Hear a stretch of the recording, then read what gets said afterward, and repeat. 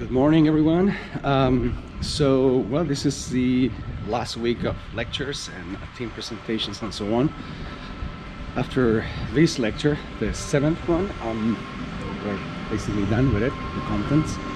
And I hope that you have enjoyed this class as much as I did, despite the fact that we are so far away. But the video that you guys sent me, the comments that I saw weekly in so many places, right? Your articles, and I mean the articles, the lectures, the team presentations, and so on.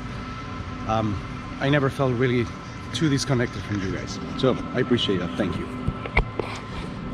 So much has happened, right? Since we never met for the first time, but meaning that from the beginning of this quarter, this very strange quarter, a lot has happened, and obviously I'm not talking just about COVID-19. I'm just also talking about the unrest that we're experiencing right now, caused by yet another example of racial violence and police brutality, incompetence at least. So much. Anyway, there is a general discontent that has always been there. This is a periodic occurrence. It's never an isolated phenomenon. I mean, it always happens like this. We have had a racial problem in the United States. Anyway, I guess I'm going to do a different, maybe last video about that to wrap it up. All my classes. So let's move into the lecture. We definitely need to discuss this because it's related to it's just to our classes, but it's actually transcendent. Anyway, the last lecture is about intercultural, actually, right? The diversity, cultural diversity. The first thing, and I told you this in the beginning, so let me finish with the same statement. Many of these chapters, not all of them, but many of these chapters that I share with you, these articles that I gave you guys to study these concepts. This is just a cognitive experiments. In other words, we're trying to understand a very complex phenomenon, and what you read there is just a language through which we try to understand something that is very different to grasp, the idea of culture and so on, and how do we relate to it. So what I'm trying to say here is that this is not some holy book or holy books, I guess, that lay out simply what our subject is. It's so complicated, so vast, so hard to grasp. Like I said, that you need to keep in mind that this is just a way, an epistemological way to try to understand culture and cultures. It's not the truth, it's not the absolute truth. We don't stop here. We learn, but we continue learning. So this last chapter was about diversity, and it's quite interesting because there's two things. One, there's a very normal, understandable reflex, particularly in the States, in Anglo-Saxon cultures, which for the most part embrace some form of multicultural society, right? Canada, States, Australia, England, so on. And I'm going to explain that really well in a minute. I hope this idea that we can, well, first of all, recognize that there's different cultures. We need to define that. What do we mean by cultures too? Which also is another point of, hold on. I need to climb that hill all the time. Let's go to the plaza here, actually. They open it. It's a beautiful plaza. There used to be a cathedral here. So the layout remained, but it was turned into a plaza, and the actual cathedral is that one. Right? I'll show you that a few times. It's beautiful. Roman Gothic. Anyway, so multicultural society, right? Like in the States, this idea that different cultures and different individuals, different groups cohabit a certain physical space, and we can benefit, right? There's a positive view of that we can benefit from it, that we can enjoy from and learning from, this difference, this automatically we assume positive difference. Not all societies present and defend the idea of multiculturalism as a positive feature, right? Some other cultures, including here in France, actually I'm trying to think about that. Well, but even in Latin America, for the most part, we do have a great deal of some countries more than others, certain diversity. But there's two drunks fighting there. Get out of here because it's very noisy. I mean, we do have diversity in the sense that there's members from different cultures, societies, nationalities, but that doesn't necessarily mean that we try to encourage that. The way we do it, for instance, in the States is we even use terms, right? Adjectives like celebration. We assume, most of the population anyway, particularly in settings like the academia, right, that cultural diversity is a positive thing automatically. May or may not be the case, we don't know about that. And that's exactly the point of this particular lecture. So,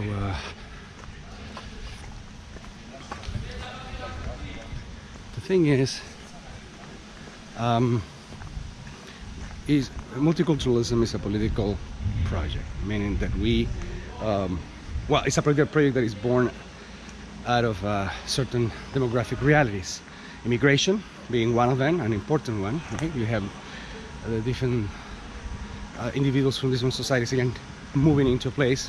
Immigration waves, right, like were happening in the States in the mid 19th century, and then at the turn of the 20th century, you know, New York. We imagine these cliches about New York and Ellis Island, which my own wife's great-grandparents came to the States via New York and Ellis Island, and you know, their names are there. He came from Italy, his great-grandfather and great-grandmother came from Germany, so right, and that's the makeup of the United States. So out of that particular reality, which is the case in many societies, but also here in France as well, and also in Belgium and in England and in Latin America, Brazil, huge influx. Keep in mind, and this is related too, that there's other ways in which this operates. Slavery, an unfortunate but real one too, very tangible one, and again, what we're experiencing right now is, it shows that painfully, right, in our face, the fact that millions of individuals or hundreds of thousands of individuals were, against their will, captured, tortured, and brought into, in this case, the United States as forced slavery, right? But those individuals stayed, and that shaped society in a certain way. They were slaves, then they weren't, and we all cohabit. We all share this physical space and political project and republic, and then how do we organize ourselves? So that's how multiculturalism came to be, if you want, as a reality. But then there's a decision, a political decision. Again, everything is political, remember that, where we need to say, well, there's a couple of ways. I mean, this is always a spectrum, everything is, right? But one idea, the multicultural project, is that, well, we do have different individuals for different cultures, and in many cases even different languages and different practices and manners and styles and dress codes and communication codes, and then we will accept them. We will design a society in which all individuals can express those differences safely. This is not, of course, I mean, it is utopian, everything is, I guess, but it is very real in the sense that, of course, there are certain regulations like the law, right? The law of the land that regulates those differences. So, genital mutilation, it is forbidden, except for, and I know that this is going to be maybe shocking for you, but we still practice some sort of genital mutilation in male, right? Which may seem pretty normal because it's a cultural practice or a tradition. Tradition normally stems from this idea that something that we have been doing, we don't examine it very closely because it's just something that we have been doing, so we keep doing it. So what started as a, you know, practice in certain groups like the Jewish communities and religiously and also culturally, but also Muslims and other groups as well. It's not the only them that they do. Some evangelicals as well. But it's not a medical practice. Anyway, I don't want to go into that, but I want to think about it. That's just a cultural practice, and we just accept it, absorb it. A little side note though, like in Germany, just what, like 3-4 years ago, it was almost banned. Just like a few votes against it. The only reason why it wasn't, it was because there was a motion led by doctors, by the way. They were calling for banning the practice in German society, that it was not, snip was not trying to remember what is the word, circumcision. It is not and was not a medical practice, so therefore it should not be practiced legally by doctors. So anyway, almost passed. So just to show you, right, there's a lot of things like that, like not drinking on Sundays and so on, right? These are religious, but religious practices also, religious faiths and so on, they form culture. Anyway, that's one model, right? We try to accommodate. Now we talk about accommodation is one, but then we talk about even celebration, right, in some cases.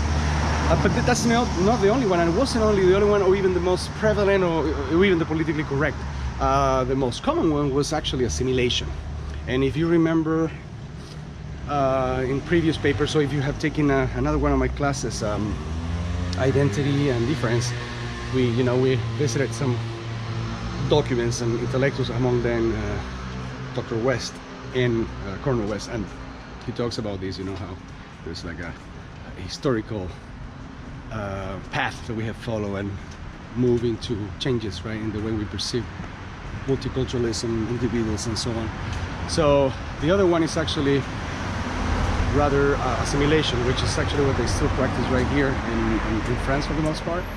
And it was actually the default way of dealing with multicultural diversity in the past. It still is in many places, like I said, right here. And even in so-called multicultural societies is imperfect, so it's kind of like a work in progress. But assimilation is a totally different one. There are certain rules, sets, language, official languages, official things. By official, I don't necessarily mean just explicitly legal, in legal terms, but also just practices, right? Like cultural practices. Like the way women dress, or a push for gender equality, for instance. I'm thinking about like the Nordic countries, which is culturally the case, right? Again, you use I love and hate at the same time to use culture, because it means everything and nothing at the same time. That's the problem with this. You can justify everything. The article that I sent you, the last one, actually is pretty telling, right, about culture and women's rights and so on. I mean, is there one that should trump the other?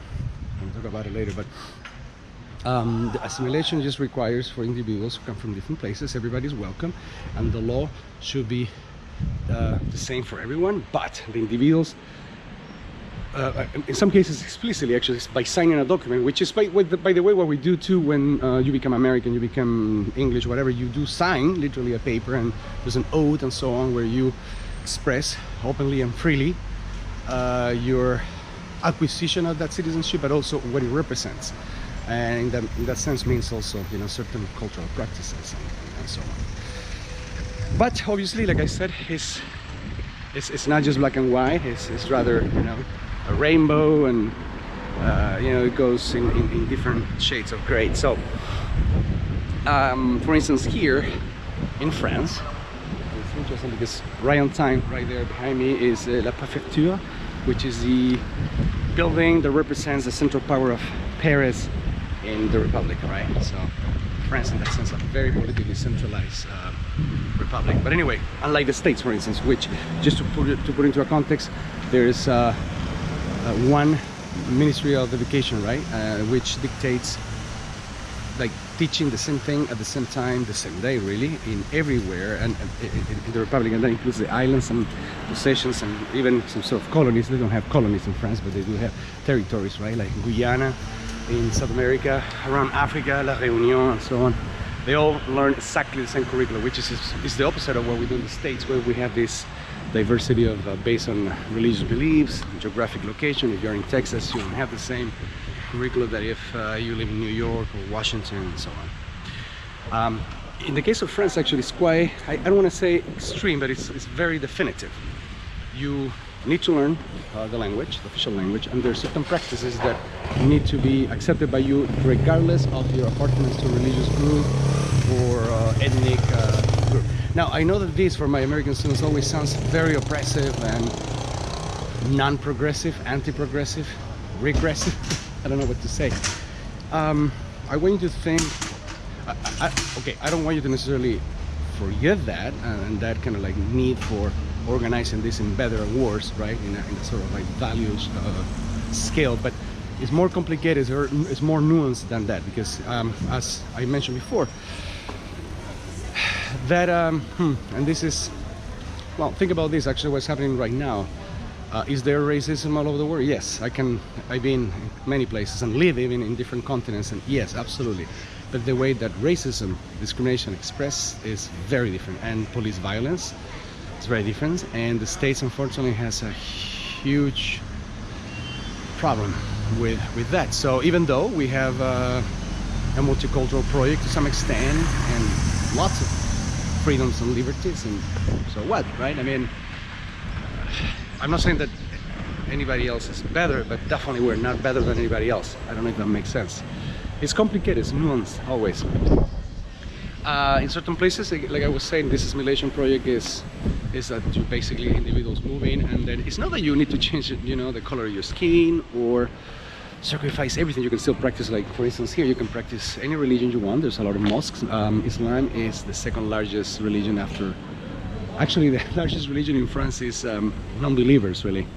I don't know if you know that. It's like the most secular country in the world by far. After that would be Catholics, and after that would be Muslims, and then everything else. But people don't practice religion here in France for the most part. But when they do, they really do, I guess. Right. Now, here's the thing. Like, this is kind of like zooming into what the particular paper that I gave you guys, the article that was presented by Team 7 says. It's like, you know, I saw some of your comments in that presentation, and we tend to think it's like, well, diversity is this like very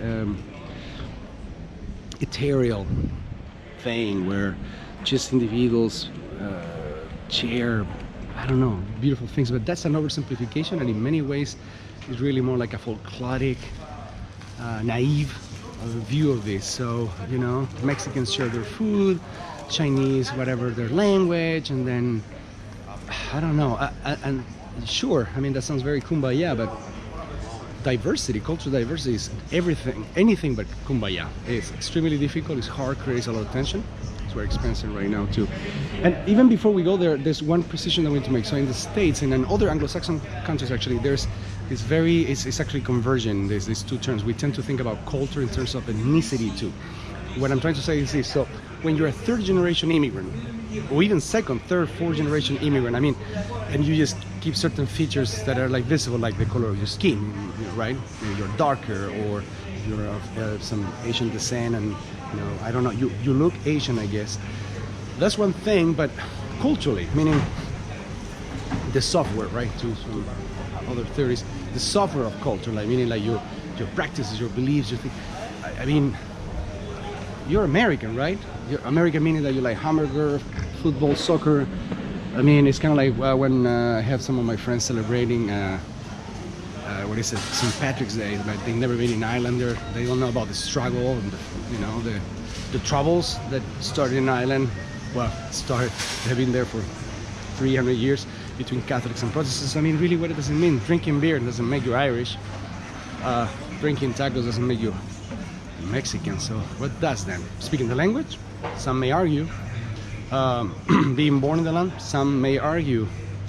I don't know, right? Carrying this thing. I mean, that's how you know the difference between somebody who was actually born in El Salvador and somebody whose great grandparents immigrated. Like my wife, I was telling you, she half German, half Italian in terms of ethnic origin, yet she's American from Michigan. I mean, so culturally, she's American from Michigan. So hard, right? Anyway, diversity is not inherently good or bad. As a matter of fact, there's a lot of discussion, ongoing discussion there. And it's difficult because also there's a lot of political weight in the final, I don't want to say decision, but in the findings actually. It's like, well, is it good or bad? As a matter of fact, it's actually, again, you need to define it really well. Are we talking about like national culture? Like my students here in France, when I teach here, when I taught here, they came in some cases had students from 40 different countries. I'm not exaggerating. Had like large amphitheaters when I show with students from all over the world, from the Erasmus initiative, and I would have them from everywhere, really, like from Finland, South Korea. Finland, the only students that I never really got were from North Korea, and that's about it. I get from every place in Africa, Latin America, Asia, Russians. I mean, yeah. So anyway, and then we will discuss, things like sexuality or religion, and then you can actually see how the cultural differences and national differences they express themselves. That's one thing, right? And was it easy? No. Is it easy to have people from different places working together? I have tried that several times actually, and it's very difficult. And that's when, you know, in this rubbing, in this friction, is when you actually see clearly eye-to-eye culture. In the States, we tend to think as culture, and again, we confuse this thing between ethnicity and national culture, and I want you to try to distinguish that very clearly, because having people of color, POC, like myself, we tend to think about automatically some sort of, I mean, we're different, but then again, when do you become American? What does it mean to be an American too, right? What does it mean to be Chilean or French? Believe me, I ask myself that all the time, and I teach this thing and I have no clear answer to that. It's I'm gonna finish with this, which is, I use it in my classes and my students open their eyes when I say that, but in many ways culture is like pornography. And this is not just me, this was a Supreme Justice that actually came out with this thing when there was an issue about deciding, right, if a picture, painting constitute art or pornography. And it was impossible to arrive to, by experts, right, to a very clear, definitive, comprehensive definition of what pornography is in opposition to, let's say, art. So at the end, in the decision, the majority decision, there was this particular statement that states that even though you cannot define clearly what pornography is and is not, you can recognize it when you see it. It turns out culture is very similar in that sense. If you haven't yet, and you encounter this opportunity to grab with other cultures, other, let's call them national cultures, but also within groups, kind of like inner cultures as well, you will see them. Things, right? You notice them when they rub, when they, you know, when you see the friction. So that's a good way, I guess, to wrap this up. Culture, pornography, hard to define, but you recognize it when you see it. But normally, it's not always, but normally it can be a harsh encounter. But anyway, guys, I'm going to definitely make a final video for all of you. Now I need to go into the market. Do you want to come to the market with me? I don't think that I need to use the mask, or maybe I do. I don't know. We'll see. But I hope you guys have a good day. Stay safe, and that's it. I'm going to the beach today, first day, in my electric bike. Yeah, I need a mask. I'm gonna be here. I'm gonna get my cheese, my ham. Ooh, look at that. All right, guys, it's good to see you. Bye bye.